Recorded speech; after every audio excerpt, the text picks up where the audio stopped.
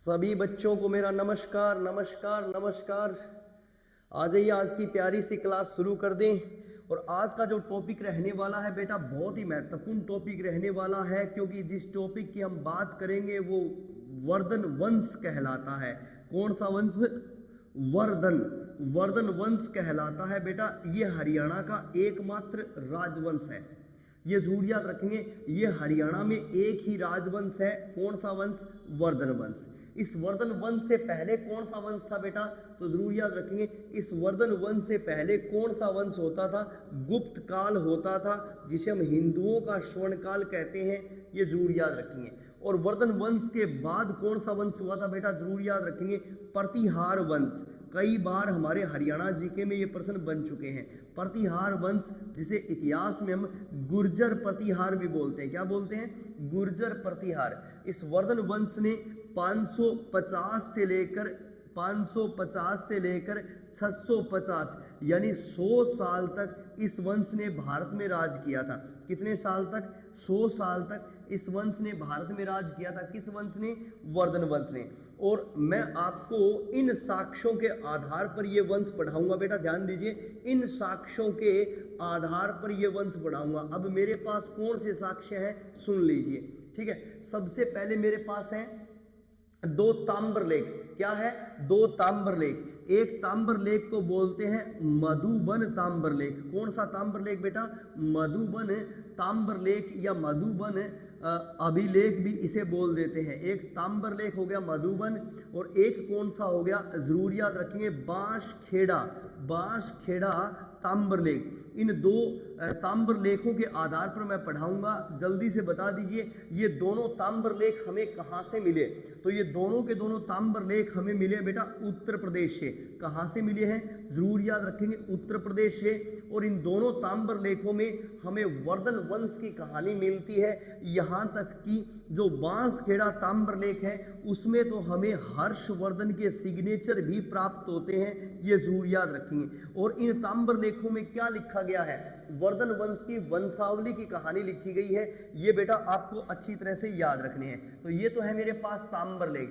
चलिए, अब उसके बाद मेरे पास दूसरा साक्ष्य है, वो क्या है? जरूर याद रखेंगे, हर्षकालीन मुद्राएं। यानी वर्धन वंश की जो हर्षकालीन मुद्राएं हैं उनकी कहानी भी मेरे पास है। ध्यान दीजिए। अब एग्जाम में आपको पूछेगा कि बताइए, सोने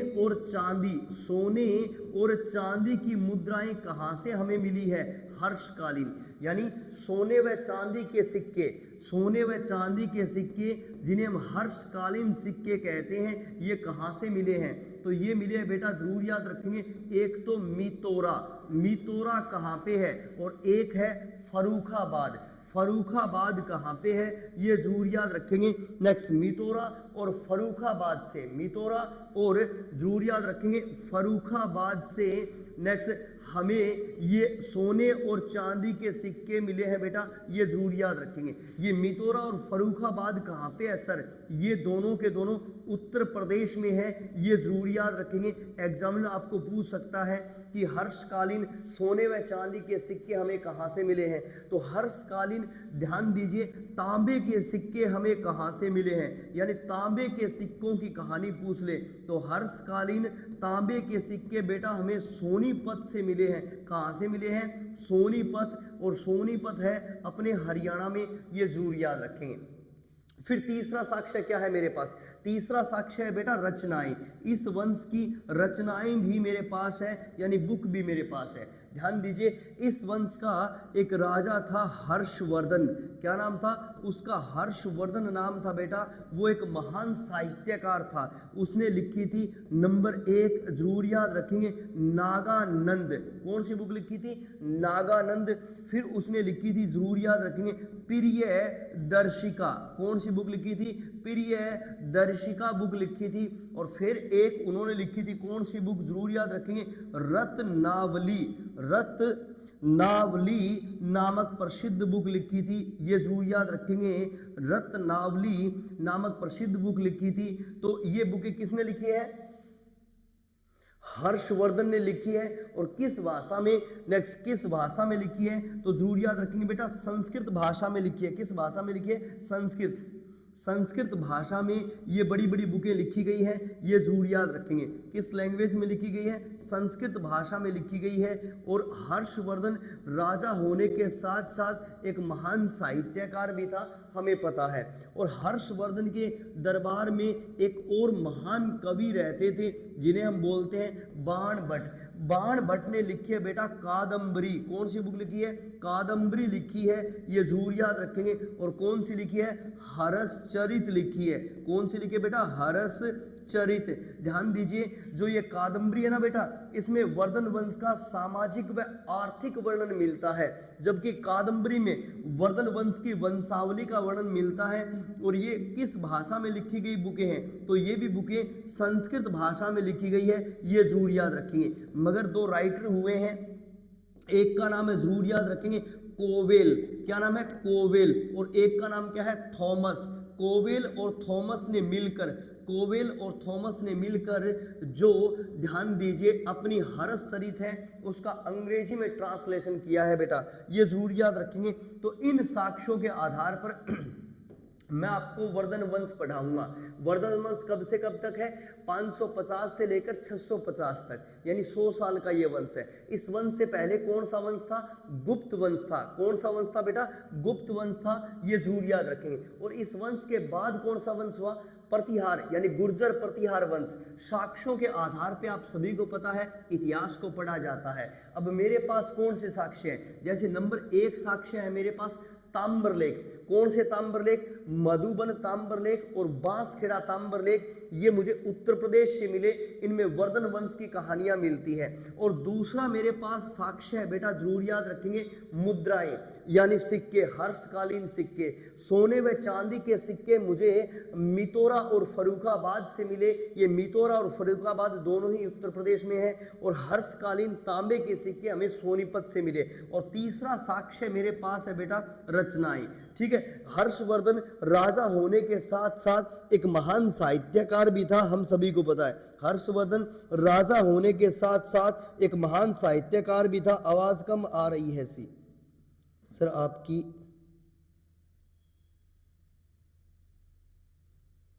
ओके ज्योति, ठीक है बेटा, सॉरी।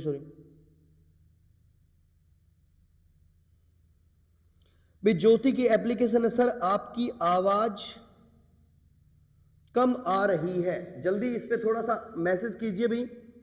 ज्योति ने अभी मैसेज किया है, सर आपकी आवाज कम आ रही है, थोड़ा सा बताइए बेटा, एकदम आवाज सही आ रही क्या? जल्दी मैसेज कीजिए, फिर मैं क्लास को आगे बढ़ाऊं।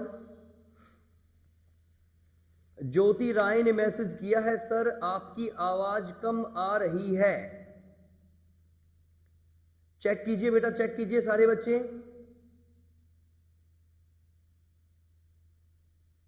हाँ, आज मैं थोड़ा ठीक हूं साहिल, थोड़ा ठीक हूं बेटा, ठीक है। मनोज कुमारी बताइए जल्दी से, पिंकी आप भी बताइए, प्रियंका, दिग्विजय सिंह, जितने भी बच्चे मेरे साथ जुड़े हुए हैं जल्दी बताइए बेटा, आवाज सही आ रही है कि नहीं आ रही? यस सर, आ गई। ओके ठीक है बेटा, थैंक यू।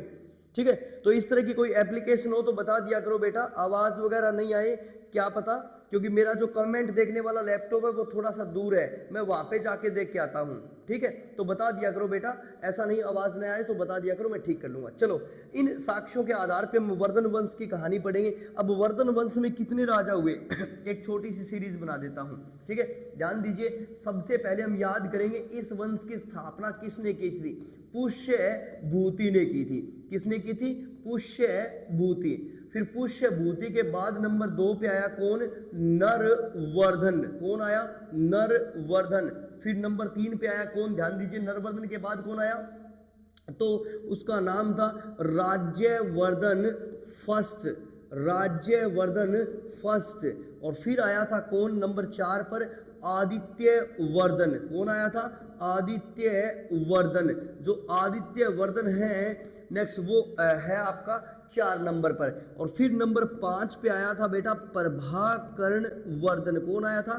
प्रभाकरण वर्धन, ये जरूर याद रखेंगे, प्रभाकरण वर्धन आया।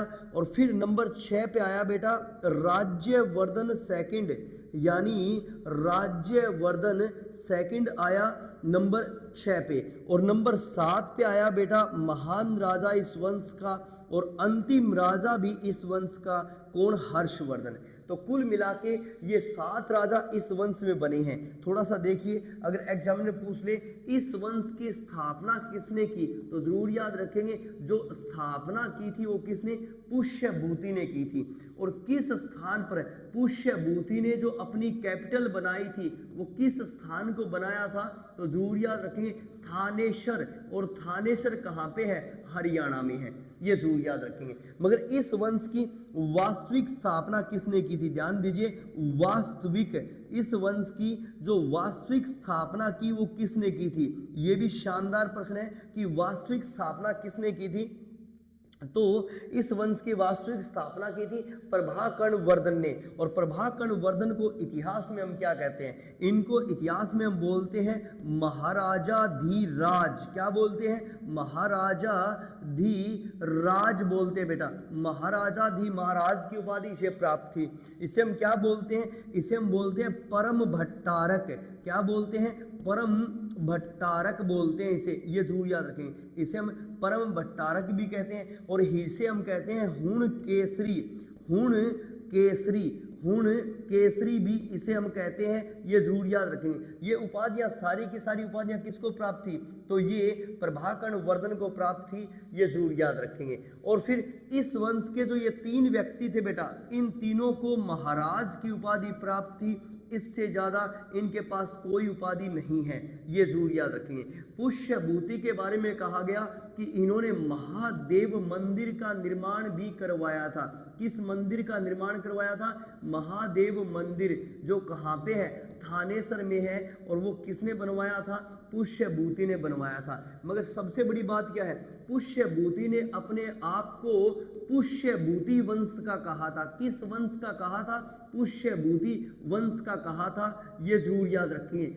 मगर पुष्यभूति वंश का तो पुष्यभूति ने अपने आप को कहा था बेटा, ध्यान दीजिए, पर हर्षवर्धन ने बताया था कि पुष्यभूति हमारे ही वंश के थे। तो इस तरह से जरूर याद रखेंगे। बाणभट्ट ने अपनी पुस्तक में पुष्यभूति का उल्लेख नहीं किया है बेटा, बाणभट्ट ने, ये जरूर याद रखेंगे। जो राज्यवर्धन सेकंड था उसने उपाधि ग्रहण की थी परम सौगात की उपाधि ग्रहण की थी। कौन सी उपाधि? परम सौगात। और जो हर्षवर्धन था वो इस वंश का सबसे महान शासक था, ये जरूर याद रखेंगे। सबसे महान राजा कौन था? हर्षवर्धन था। इसीलिए हर्षवर्धन ने नंबर 1 महाराजाधिराज की उपाधि ग्रहण की थी, ये जरूर याद रखेंगे। महाराजाधिराज की उपाधि किसने ग्रहण की थी? हर्षवर्धन ने। फिर नंबर 2 इन्होंने चक्रवर्ती की उपाधि ग्रहण की थी। ये अपने आप को चक्रवर्ती सम्राट बोलते थे, ये जरूर याद रखेंगे। इन्होंने सार्वभौम की उपाधि ग्रहण की थी। ये कहते थे कि सारी भूमि मेरी है, तो सार्वभौम की उपाधि इन्होंने ग्रहण की थी। इन्होंने एकाधिराज की उपाधि ग्रहण की थी। एकाधिराज की उपाधि इन्होंने ग्रहण की थी। और इन्होंने जरूर याद रखेंगे शीलादित्य की उपाधि ग्रहण की थी। कौन सी उपाधि? शीलादित्य की उपाधि ग्रहण की थी। इतनी बड़ी बड़ी उपाधियां किसको प्राप्त थी? सारी की सारी हर्षवर्धन को प्राप्त थी। और हर्षवर्धन इस वंश का सबसे महान राजा था, ये जरूर याद रखेंगे।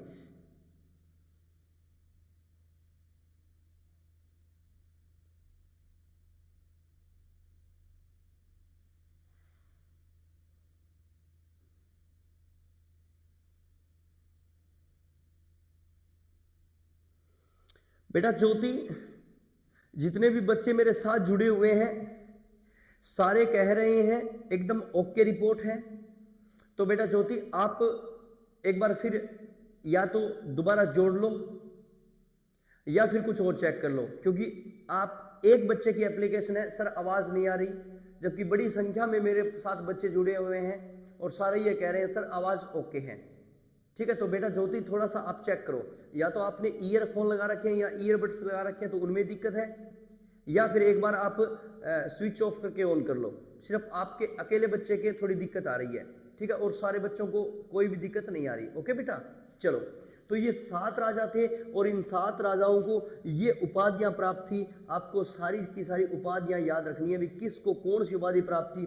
अगर मैं 10वीं शताब्दी से पहले चलूँ ना बेटा, तो जिस व्यक्ति के पास जितनी ज़्यादा उपाधियां होती थी वो उतना ही महान राजा होता था। ये जरूर याद रखेंगे। अब मैं एक बहुत ही महत्वपूर्ण कहानी बताऊंगा, उस कहानी को ध्यान से समझेंगे।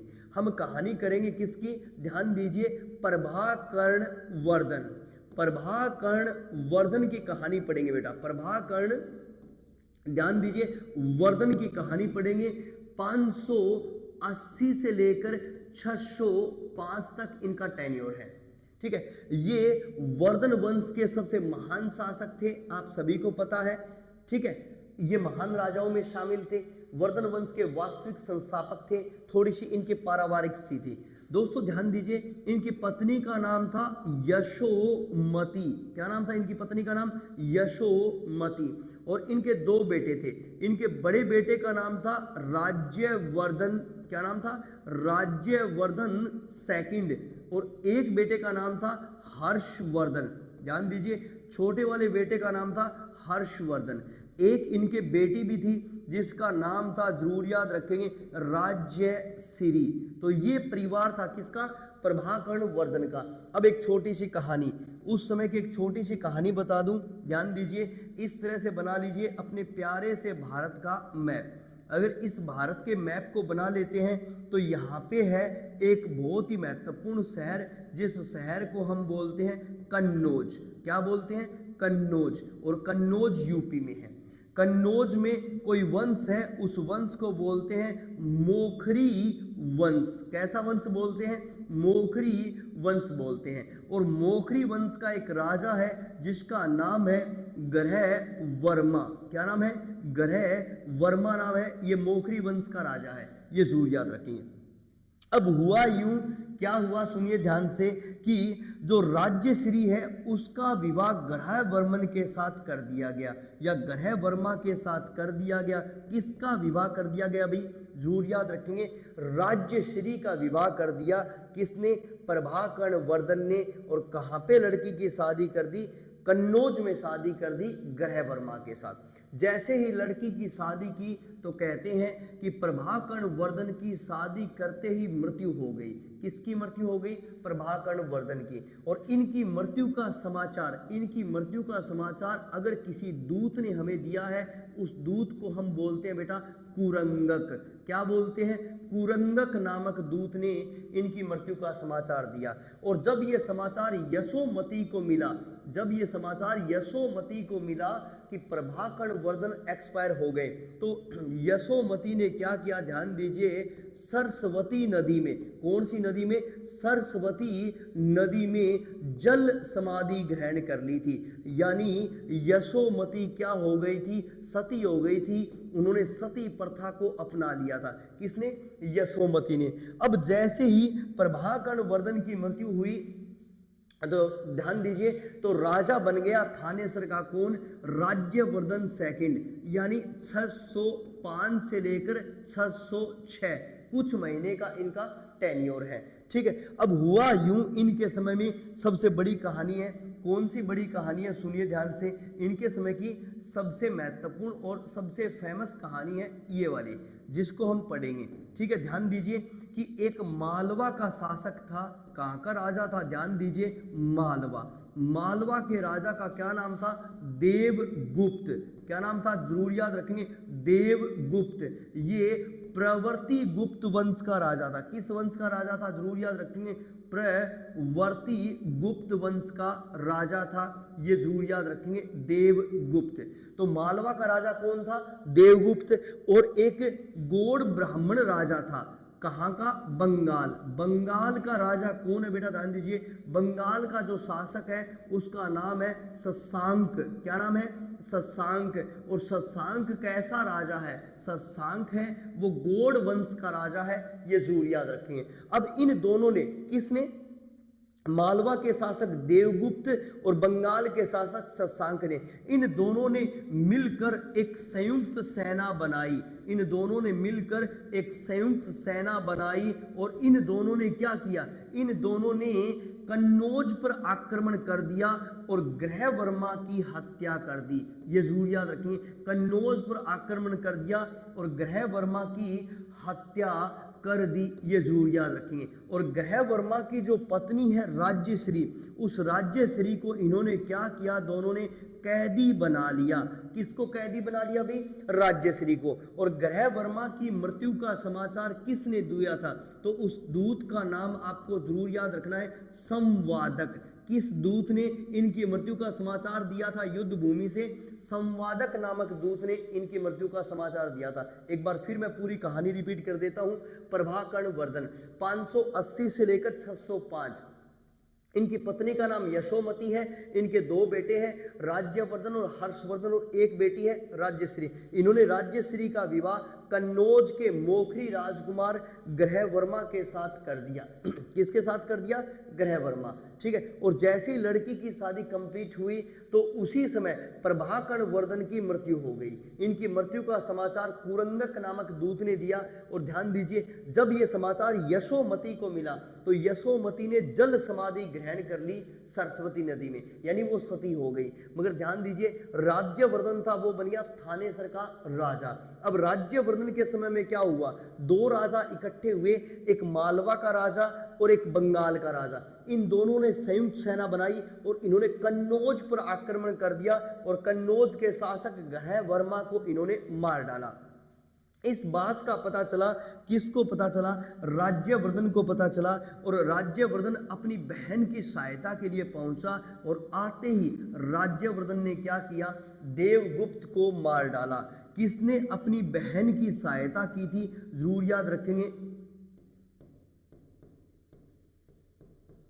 किसने अपनी बहन की सहायता की थी? तो किसने की थी? राज्यवर्धन सेकंड ने। और किसको मार डाला? देवगुप्त को मार डाला। मगर जो ये व्यक्ति है, कौन? शशांक, ये चतुर व्यक्ति है। इसने क्या किया? राज्यवर्धन के पांव पकड़ दिए। किसके पांव पकड़ दिए? राज्यवर्धन के पांव पकड़ दिए और राज्यवर्धन को कहा, भैया मुझे माफ कर दे, मेरी तो कोई गलती नहीं है। युद्ध का प्लान तो किसका था? सारा का सारा देवगुप्त का था, मैं तो उसके साथ में आ गया। राज्यवर्धन ने क्या किया? इस शशांक को माफ कर दिया। अब जब माफ कर दिया तो इसने कहा, भैया माफी तो मैं तब मानूंगा जब तुम मेरे घर पे भोजन करने के लिए चलोगे। और राज्यवर्धन हो गया खुश और ये चला गया भोजन करने के लिए। भोजन करने के लिए चला गया। ये जरूर याद रखें, कहां पे? नेक्स्ट, शशांक के घर पर चला गया, भोजन करने के लिए चला गया।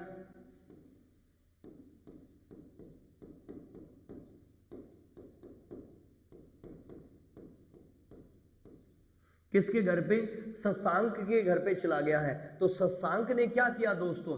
एक बार फिर चालाकी कर दी और शशांक ने भोजन में जहर मिला दिया। क्या मिला दिया? जहर मिला दिया।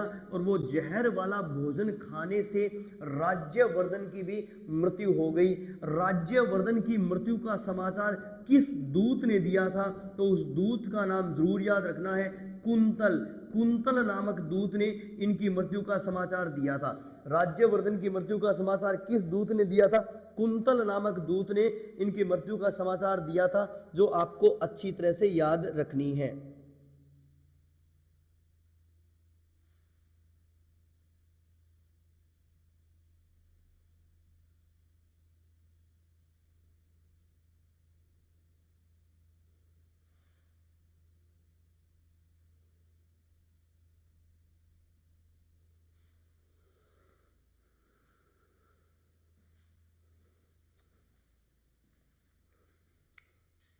एक बार फिर भाई सभी दोस्तों से निवेदन है मेरा, ये लड़की बार बार मैसेज कर रही है कि सर आवाज़ नहीं आ रही, आवाज़ नहीं आ रही। तो प्लीज़ हाथ जोड़ के रिक्वेस्ट है सभी बच्चों से, बताइए क्या आप सभी को आवाज़ नहीं आ रही या इस अकेली को नहीं आ रही?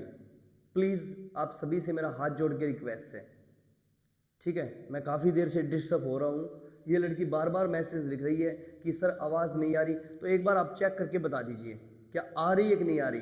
अगर सभी को आ रही है तो ओके लिख दो, मैं मेरी क्लास जारी रखूँगा और मैं इस गुड़िया को कह दूंगा भाई आप रिकॉर्डेड देख लेना, ठीक है।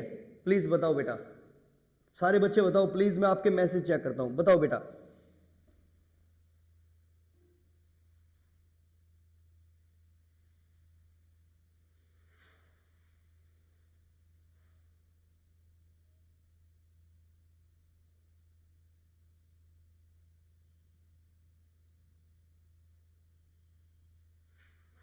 जल्दी बताओ बेटा, जितने भी बच्चे मेरे साथ जुड़े हुए हैं। आ रही है जी, आवाज आ रही है सर, एकदम बिल्कुल क्लियर है। हाँ जी बेटा, ज्योति कोई इलाज नहीं है मेरे पास। बेटा ज्योति कोई भी इलाज नहीं है मेरे पास, तो प्लीज आपसे हाथ जोड़ के रिक्वेस्ट है, आप मैसेज मत कीजिए। मैं डिस्टर्ब हो रहा हूं बेटा, सिर्फ एक बच्चा मेरे को परेशान कर रहा है काफी देर से, सर आवाज नहीं आ रही। जितने बच्चे जुड़े हुए हैं सारे बच्चे क्लियर बोल रहे हैं, ओके बोल रहे हैं। बेटा देख लो, सही बोल रहे हैं ना जी?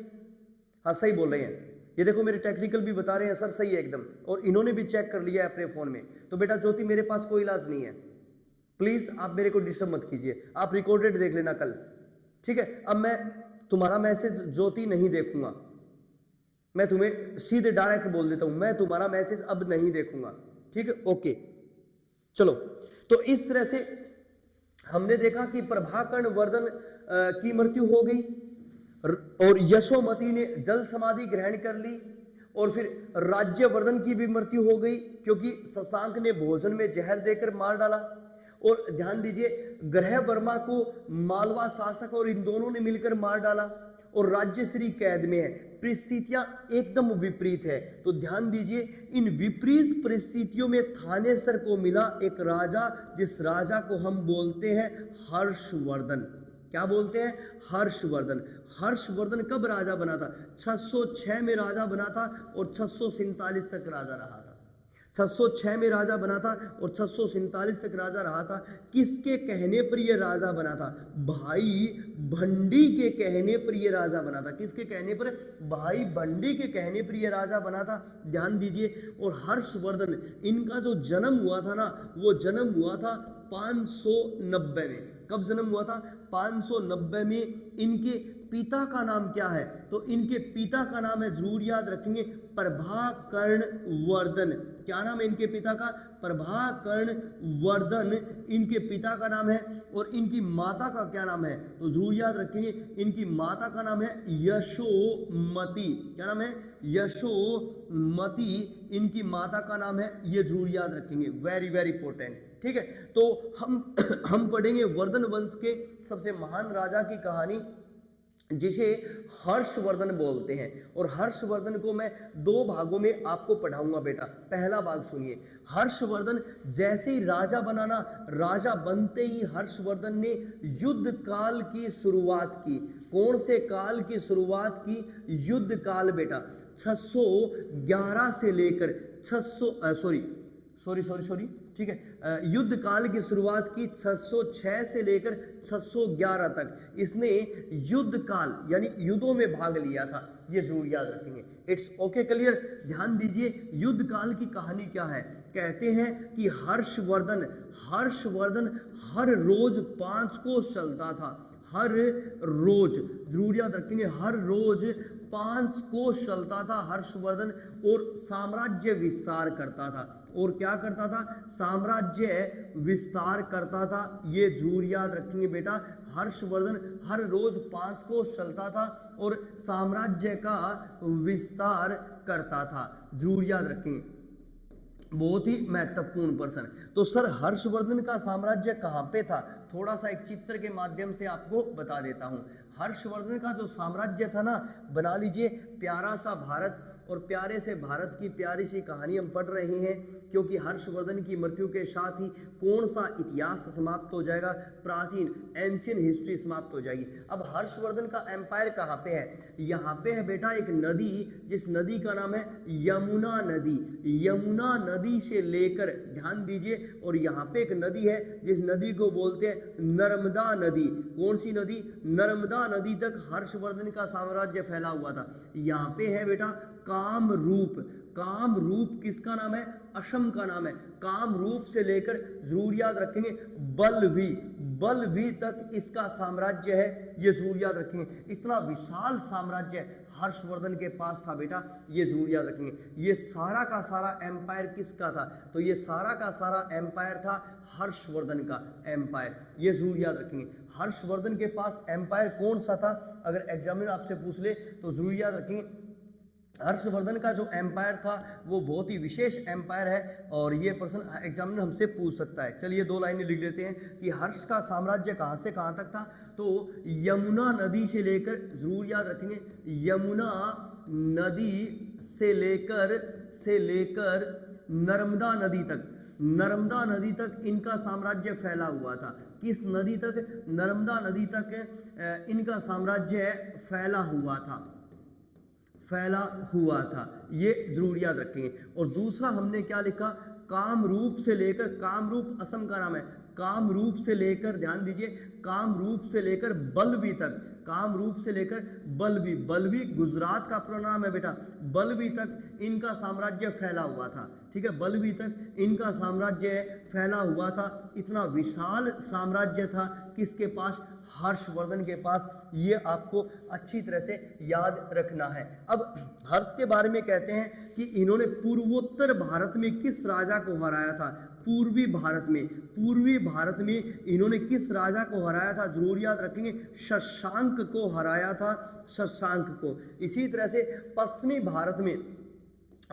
भारत में इन्होंने किसको हराया था? तो पश्चिमी भारत में इन्होंने हराया था बेटा, जरूर याद रखेंगे, किसको? बल्लवी के शासक ध्रुवसेन को। बल्लवी का जो राजा था उसका क्या नाम था? उसका राजा का नाम था ध्रुवसेन को हराया था, ये जरूर याद रखेंगे। अब पता नहीं क्यों पर इतिहास में एक लाइन हमें यहाँ पे पढ़ने को मिलती है, जो मैं लाइन आपको लिखवा रहा हूँ, बहुत ही महत्वपूर्ण। ठीक है, हेन स्वांग, ध्यान दीजिए, हेन स्वांग ने क्या लिखा है? हेन स्वांग ने लिखा है, नेक्स्ट, हेन स्वांग ने लिखा है, पता नहीं क्यों, कि हर्षवर्धन ने अपनी बेटी ध्रुव देवी का विवाह ध्रुवसेन से कर दिया था। ये बातें हेन स्वांग लिखता है। जबकि इतिहास में हम क्या पढ़ते हैं? इतिहास में बेटा हम पढ़ते हैं कि हर्षवर्धन अविवाहित था, उसने विवाह भी नहीं किया था। पर ये लाइनें हेन स्वांग द्वारा लिखी गई है, तो हो सकता है ये बातें सत्य भी हो। ठीक है, चलिए, हर्षवर्धन के बारे में कहा गया कि इन्होंने अपनी प्रारंभिक राजधानी, ध्यान दीजिए, इन्होंने अपनी प्रारंभिक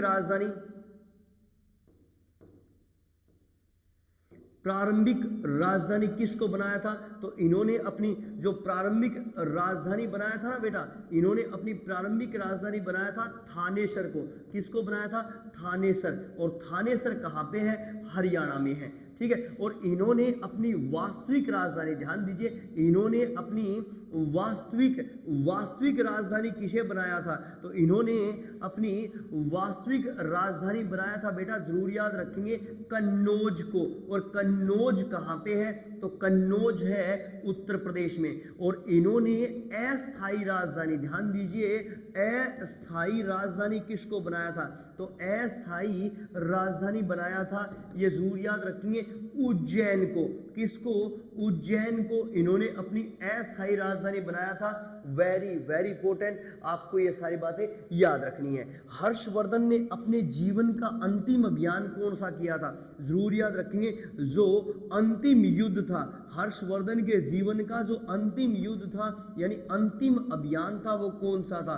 तो 643 में हर्षवर्धन ने कांगोद का युद्ध लड़ा था। कौन सा युद्ध? कांगोद, जिसको हम कलिंग भी बोलते हैं। कहाँ पे है? उड़ीसा में है, ये जरूर याद रखेंगे। उन्होंने कांगोद का युद्ध लड़ा था, जो कलिंग का युद्ध भी कहलाता है। मगर एक विशेष कहानी है बेटा कर्नाटक की, और वो कहानी एक राइटर हमें बताता है, तो वो कहानी विशेष है, तो व्यक्ति विशेष है और कहानी भी विशेष है। चलो आ जाइए, ठीक है। एक राइटर है, जिस राइटर का नाम है, जरूर याद रखेंगे, रवि कृति। क्या नाम है राइटर का? रवि कृति। और रवि कृति ने लिखा है ऐहोल अभिलेख। कौन सा अभिलेख है? ऐहोल अभिलेख लिखा है बेटा, ध्यान दीजिए, ऐहोल अभिलेख लिखा है रवि कृति ने। किस भाषा में लिखा है? भाषा कौन सी है? संस्कृत भाषा है, देव भाषा है, आप सभी को पता है, संस्कृत भाषा में लिखा गया है। इस पुस्तक में क्या लिखा है, या इस अभिलेख में रवि कृति ने क्या लिखा है? रवि कृति ने लिखा है कि नर्मदा नदी के किनारे, कौन सी नदी? नर्मदा नदी के किनारे चालुक्य शासक, जरूर याद रखेंगे, चालुक्य शासक, और शासक का क्या नाम है? शासक का नाम है पुलिकेशिन सेकंड। ध्यान दीजिए, पुलिकेशिन पुलिकेशिन सेकंड ने हर्षवर्धन को हरा दिया था। किसने हरा दिया था? हर्षवर्धन को हरा दिया था, हर्ष को हरा दिया था। ये कौन लिखता है? ये केवल एक ही राइटर लिखता है, और वो कौन है? वो है रवि कीर्ति है बेटा, ये जरूर याद रखेंगे। और उसने हर्षवर्धन को हराकर कौन सी उपाधि ग्रहण की थी? तो वो लिखता है कि उन्होंने परमेश्वर की उपाधि ग्रहण की है। कौन सी उपाधि ग्रहण की है? परमेश्वर। उसने, चालुक्य शासक पुलिकेशिन सेकंड ने कहा मैं तो भगवान बन गया, मैंने इतने बड़े राजा को हराया है। तो जरूर याद रखेंगे ये रवि कीर्ति के अनुसार है, केवल एक ही राइटर के अनुसार है, और उस राइटर का क्या नाम है? रवि कीर्ति। तो रवि कीर्ति ने लिखा है कि पुलिकेशिन द्वितीय ने हर्षवर्धन को हरा दिया था। ठीक है, थैंक यू बेटा, थैंक यू सभी बच्चों ने मैसेज किया, उसके लिए थैंक यू वेरी मच। ठीक है, तो ये बहुत ही महत्वपूर्ण लाइन है, इस लाइन को आप अच्छी तरह से पढ़ेंगे। ठीक है, और कई बार ये प्रश्न हमारी एसएससी और एचएसएससी में बन चुका है। ध्यान दीजिए कि हर्ष को किसने हरा दिया था? तो हर्ष को किसने हरा दिया था? पुलिकेशिन सेकंड ने हरा दिया था। और पुलिकेशिन सेकंड किस वंश का था? चालुक्य वंश का था। इतिहास में इन्हें बादामी का चालुक्य कहते हैं। कौन सा चालुक्य कहते हैं? बादामी का चालुक्य कहलाता है, ये जरूर याद रखेंगे। ये पूरा का पूरा चित्र है, वो युद्ध काल का है बेटा। ठीक है, युद्ध काल यानी 606 से लेकर 611 तक हर्षवर्धन ने युद्ध लड़े। वो हर रोज 5 कोस चलता था और साम्राज्य विस्तार करता था बेटा। क्या करता था? साम्राज्य विस्तार। उसने यमुना नदी से लेकर नर्मदा नदी तक विशाल साम्राज्य फैलाया था। उसने कामरूप से लेकर बल्लभी तक विशाल साम्राज्य फैलाया। पश्चिम में उसने बल्लभी के राजा ध्रुवसेन को हराया, ये जरूर याद रखेंगे।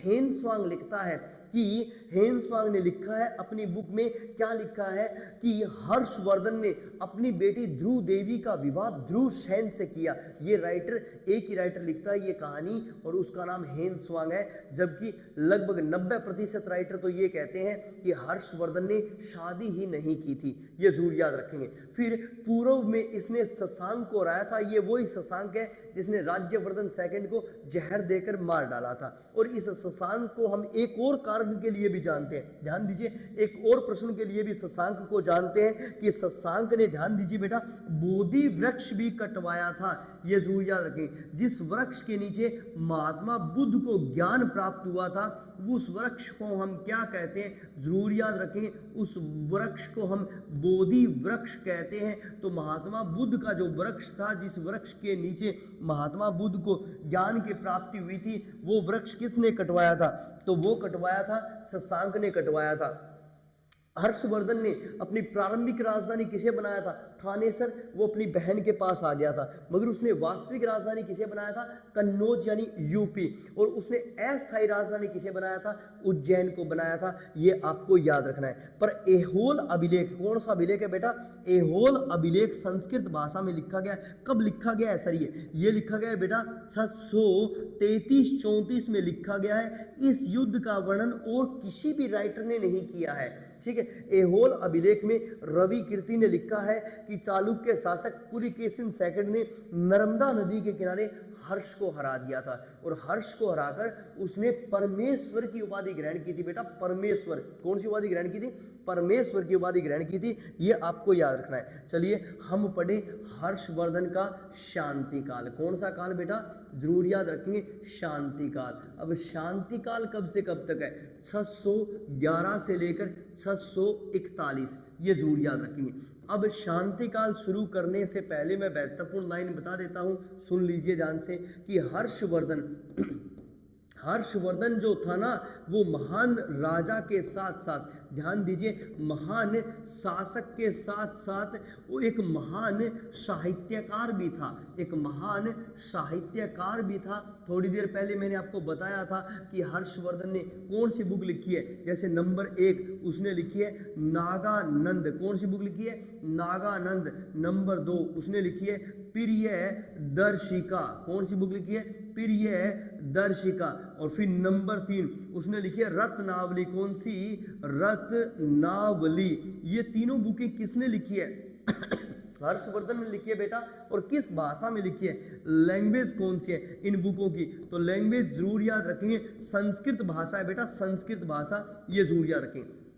और हर्षवर्धन का दरबारी कवि कौन है, ध्यान दीजिए, हर्षवर्धन का दरबारी कवि, जो दरबारी कवि है ना बेटा, हर्षवर्धन का जो दरबारी कवि है उसका क्या नाम है, उसका नाम है, जरूर याद रखेंगे, बाण भट्ट। क्या नाम है, बाण भट्ट नाम है बेटा। और बाण भट्ट ने बुक लिखी है, जरूर याद रखेंगे, कादम्बरी। कौन सी बुक लिखी है, कादम्बरी नामक बुक लिखी है। और एक बुक लिखी है उसने, जरूर याद रखेंगे, कादम्बरी। और एक कौन सी बुक लिखी है, हरसरित। कौन सी बुक लिखी है, हरसरित नामक बुक लिखी है, किसने, नेक्स्ट बाण भट्ट ने। कादम्बरी में वर्धन वंश का सामाजिक, आर्थिक और राजनीतिक वर्णन मिलता है, तो हरसरित में वर्धन वंश की वंशावली का वर्णन मिलता है। मगर बाण भट्ट ने किस एक वर्धन शासक का अपनी बुक में वर्णन नहीं किया, तो पुष्यभूति का उसने वर्णन नहीं किया, ये जरूर याद रखेंगे। मगर सबसे बड़ा प्रश्न क्या है बेटा, हर्षवर्धन के समय में नेक्स्ट भारत में आया था कौन, हेन स्वांग। अब ये हेन स्वांग कौन है सर, ये 629 में आया था और 645 में चला गया था। कौन है हेन स्वांग, हेन स्वांग है बेटा एक चीनी यात्री। कौन है, जरूर याद रखेंगे, चीनी यात्री है। और ये किस लिए आया है सर, ये आया है नालंदा यूनिवर्सिटी में पढ़ने के लिए। किस यूनिवर्सिटी में, जरूर याद रखेंगे, नालंदा विश्वविद्यालय। अब ये नालंदा विश्वविद्यालय कहाँ पे बेटा बता दीजिए, आप सभी को पता है बिहार में है। ये नालंदा यूनिवर्सिटी में पढ़ने के लिए आया है। और कौन सी शिक्षा, जरूर याद रखेंगे, बौद्ध शिक्षा ग्रहण करने के लिए आया। कौन आया है, हेन स्वांग। हेन स्वांग के बारे में कहते हैं, हम इसे बोलते हैं यात्रियों का राजकुमार। क्या कहते हैं हेन स्वांग को, यात्रियों का राजकुमार हम इसे कहते हैं, ये जरूर याद रखेंगे। हम इसे नेक्स्ट साक्य मुनि भी कहते हैं। क्या कहते हैं, साक्य मुनि, ये जरूर याद रखेंगे, हम इसे साक्य मुनि भी कहते हैं। और हम इसे नीति का पंडित भी कहते हैं, ये जरूर याद रखेंगे, नीति का पंडित। तो ये है एक महान व्यक्ति हेन स्वांग, जो 629 में आया और 645 में चला गया था। हेन स्वांग के बारे में कहते हैं कि हेन स्वांग सबसे पहले किसके दरबार में आया था, तो सबसे पहले कामरूप के शासक भास्कर वर्मा के दरबार में आया था। किसके, भास्कर वर्मा। और जो भास्कर वर्मा है ना बेटा, उन्होंने एक कथन बोला था, जो कथन हमारी यूपीएससी में पूछा गया है, कि भास्कर वर्मा ने क्या कहा था, कि मैं चीनी यात्रियों के बदले में अपना सर देना पसंद करूंगा। ये किसने कहा था, भास्कर वर्मा ने कहा था। और भास्कर वर्मा कौन था, ये असम का राजा था। तो इसी वजह से ध्यान दीजिए, एक और बड़ा प्रश्न, हेन स्वांग ने थानेसर में, ध्यान दीजिए, थानेसर में और हर्षवर्धन के काल में समय व्यतीत किया था, 634 से लेकर 644। और हेन स्वांग ने जो बुक लिखी है, क्या लिखी है, जो किताब लिखी है हेन स्वांग ने, उसका नाम है बेटा CU की। कौन सी बुक लिखी है, CU की। और CU की में हेन स्वांग ने, ध्यान दीजिए, हर्षवर्धन को हेन स्वांग ने क्या कहा है, जरूर याद रखेंगे, शीलादित्य कहा है। क्या कहा है, शीलादित्य। जबकि सिंध राज को क्या कहा है, ध्यान दीजिए, सिंध राज। एक बार फिर मैंने HPSC का प्रश्न बता दिया, सिंध राज को उन्होंने शूद्र कहा है बेटा। क्या कहा है, शूद्र। ये बहुत ही शानदार प्रश्न है। कौन सी बुक लिखी थी, नेक्स्ट CU की नामक बुक लिखी थी। अब हेन स्वांग से प्रभावित होकर, ध्यान दीजिए बेटा, नेक्स्ट हेन स्वांग से प्रभावित होकर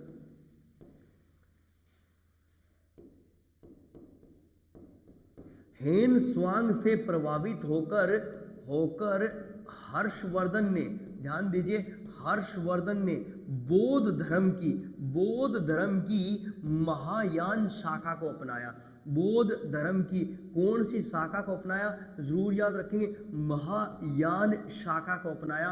वेरी वेरी इंपॉर्टेंट। किससे प्रभावित होकर, तो जरूर याद रखेंगे हेन स्वांग से प्रभावित होकर हर्षवर्धन ने बौद्ध धर्म की महायान शाखा को अपनाया। ध्यान दीजिए, जब राज्यश्री को, एक बीच में प्रश्न और बता रहा हूं, जब राज्यश्री को ये पता चल गया भाई तेरे फादर भी एक्सपायर हो गए, तेरी माता भी एक्सपायर हो गई, तेरी वजह से तेरा भाई भी एक्सपायर हो गया, तेरे घरवाला भी एक्सपायर हो गया, क्योंकि हर्षवर्धन ने सबसे पहले अपनी बहन को छुड़ाया ना जेल से। तो इतनी सारी बातों का पता जब राज्यश्री को चला तो राज्यश्री कहते हैं कि विंध्याचल की श्रृंखलाओं में चली गई थी। कहाँ चली गई थी? विंध्याचल, विंध्याचल की जरूर याद रखेंगे श्रृंखलाओं में चली गई थी, ये जरूर याद रखेंगे। किस लिए चली गई थी? तो राज्यश्री सती होने के लिए चली गई थी और राज्यश्री को बचाया था, जरूर याद रखेंगे, राज्यश्री को बचाया था एक बौद्ध भिक्षु ने। किसने बचाया था? एक बौद्ध भिक्षु, बौद्ध धर्म को मानने वाला व्यक्ति था, बौद्ध भिक्षु ने बचाया था, जिसका नाम क्या है? जरूर याद रखेंगे, दिवाकर। क्या नाम है? दिवाकर। यानी राज्यश्री जब विंध्याचल की श्रृंखलाओं में चली गई थी सती होने के लिए, तो राज्यश्री को एक बौद्ध भिक्षु दिवाकर ने बचाया था। जब हर्षवर्धन दिवाकर से मिला तो दिवाकर से मिलकर इतना प्रभावित हुआ कि उसने बौद्ध धर्म की हीनयान शाखा को अपनाया था। यानी हर्षवर्धन बौद्ध धर्म की दोनों शाखाओं का अनुयायी था। किस किस का? हीनयान और महायान। ये जरूर याद रखेंगे, हर्षवर्धन बौद्ध धर्म की दोनों शाखाओं का अनुयायी था।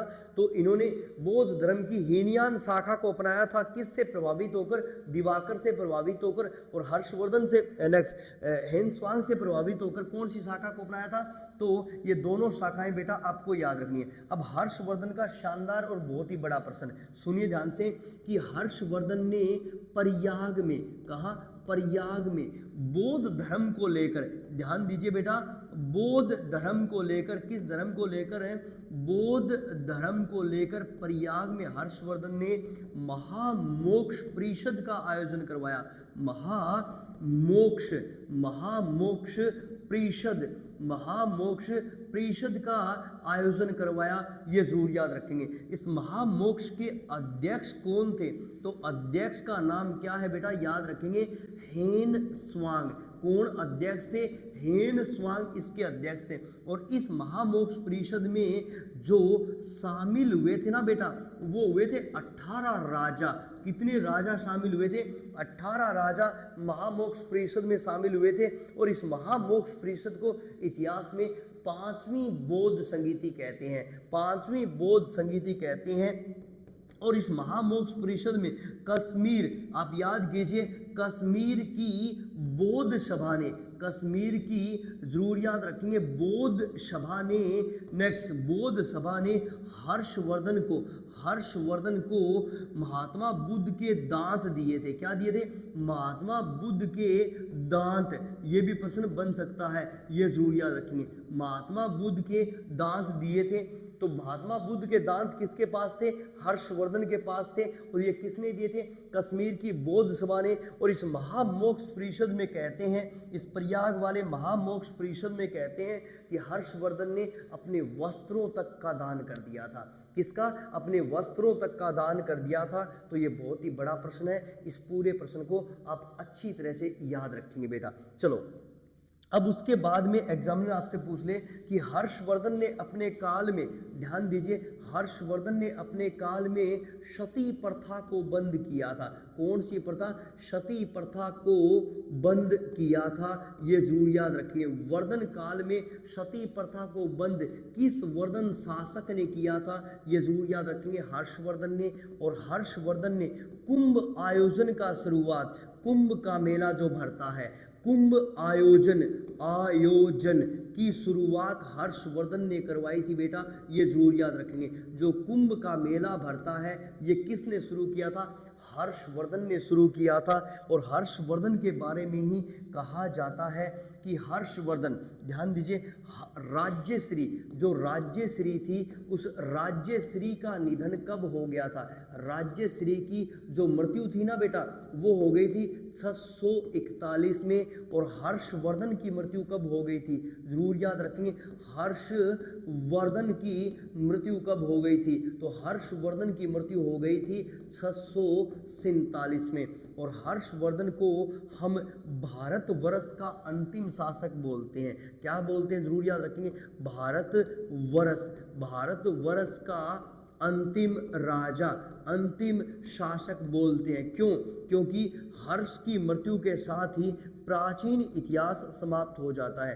प्राचीन इतिहास यानी एंशियन हिस्ट्री क्या हो गई, समाप्त हो गई। तो इसी तरह से वर्धन वंश का सबसे महान शासक कौन था, तो एग्जाम में पूछ सकता है हमसे कि वर्धन वंश का सबसे महान शासक कौन था, तो वर्धन वंश का सबसे महान राजा कौन है बेटा, नेक्स्ट ध्यान दीजिए, महान राजा कौन है, हर्षवर्धन। और वर्धन वंश का अंतिम राजा कौन है, हर्षवर्धन। अब एक और विशेष छोटी सी कहानी बताता हूं। अगर हम गूगल बाबा का अध्ययन करें तो गूगल बाबा यानी विकिपीडिया पे लिख रखा है कि हर्षवर्धन की पत्नी का नाम, ध्यान दीजिए बेटा, हर्षवर्धन की पत्नी का नाम क्या था, तो हर्षवर्धन की पत्नी का नाम बताया गया है दुर्गावती। क्या नाम बताया गया है, दुर्गावती। और हर्षवर्धन के 2 बेटे हैं। कितने बेटे हैं, जरूर याद रखेंगे, 2। एक का नाम है कल्याणवर्धन, जरूर याद रखेंगे, क्या नाम है, कल्याणवर्धन। और एक का नाम है, जरूर याद रखेंगे, वाग्यवर्धन। एक का नाम कल्याणवर्धन है और एक का नाम वाग्यवर्धन है। इन दोनों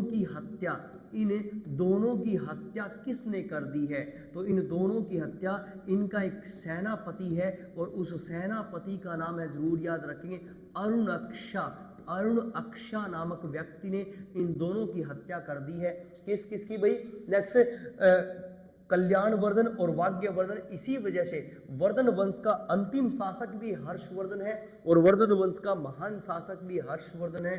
हर्षवर्धन को हम क्या बोलते हैं, जरूर याद रखेंगे, इन्हें हम हरियाणा का सिरमौर कहते हैं बेटा। क्या बोलते हैं, हरियाणा का सिरमौर बोलते हैं। ये भी शानदार प्रश्न है, इस प्रश्न को आप अच्छी तरह से याद रखेंगे। एक बार बड़ा रिवीजन ले लेते हैं और फिर कोई और प्रश्न बनेगा तो वो भी हम साथ में नोट कर लेंगे। चलिए, आज की जो क्लास है बहुत ही विशेष क्लास है। इस क्लास में हम हरियाणा के एकमात्र राजवंश की कहानी पढ़ रहे हैं और उस एकमात्र राजवंश का क्या नाम है, उस एकमात्र राजवंश का क्या नाम है,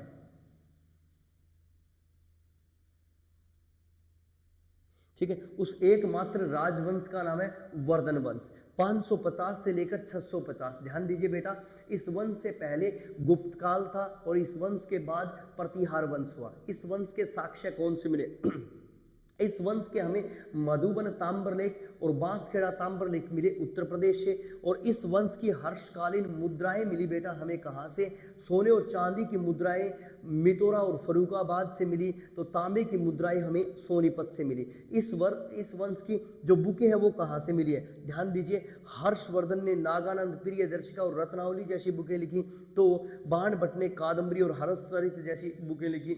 नेक्स्ट, इन सभी साक्ष्यों के आधार पर आज हमने वर्धन वंश पढ़ा। वर्धन वंश में ये 7 राजा हुए। वर्धन वंश की स्थापना पुष्यभूति ने की है, मगर पुष्यभूति अपने आप को पुष्यभूति वंश का बताता है।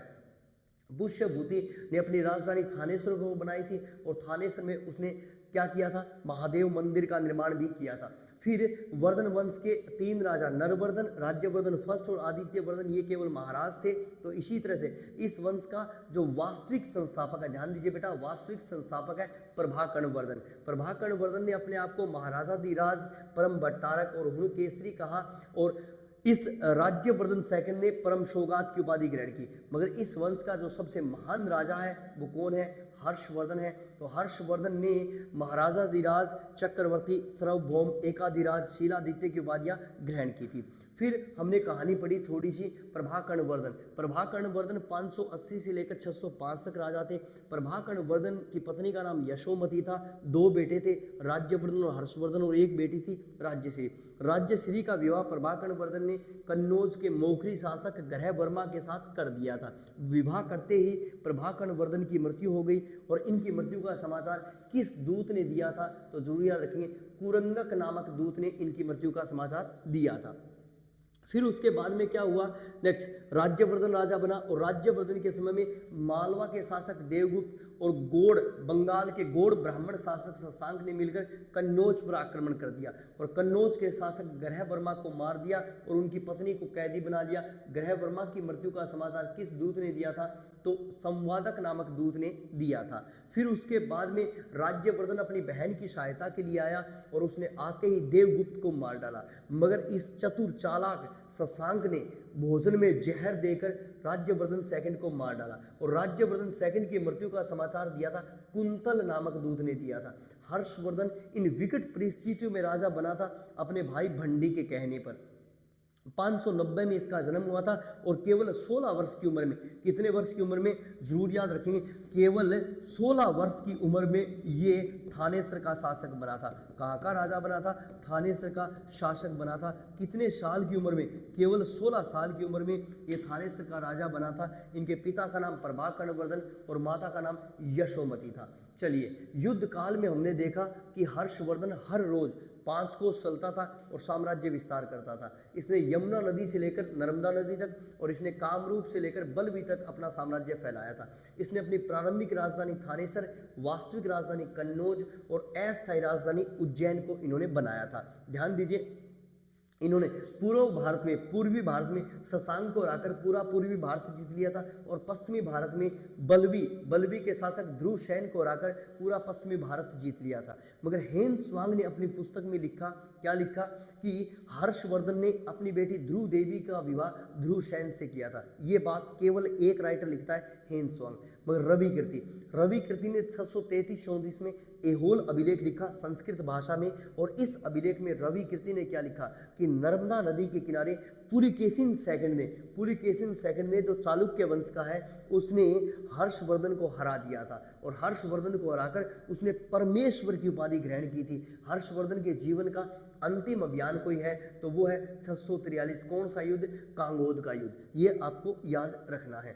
चलिए, हर्षवर्धन के बारे में कहा गया शांति काल। हर्षवर्धन एक महान शासक के साथ साथ एक महान साहित्यकार भी था, ये आपको याद रखना है। हर्षवर्धन ने नागानंद, प्रियदर्शिका और रत्नावली जैसी बुकें लिखी, तो बाण भट्ट इनके दरबारी कवि थे और बाण भट्ट ने हरसरित और कादम्बरी जैसी बुकें लिखी।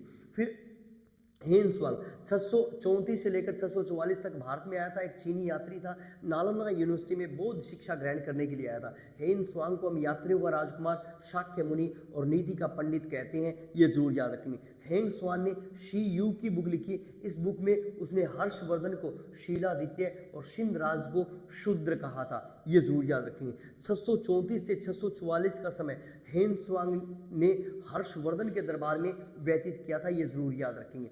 और हेन-त्सांग सबसे पहले असम यानी कामरूप के शासक भास्कर वर्मा के दरबार में आया था, जिस भास्कर वर्मा ने क्या कहा था कि चीनी यात्रियों के बदले में मैं अपना सर देना पसंद करूंगा।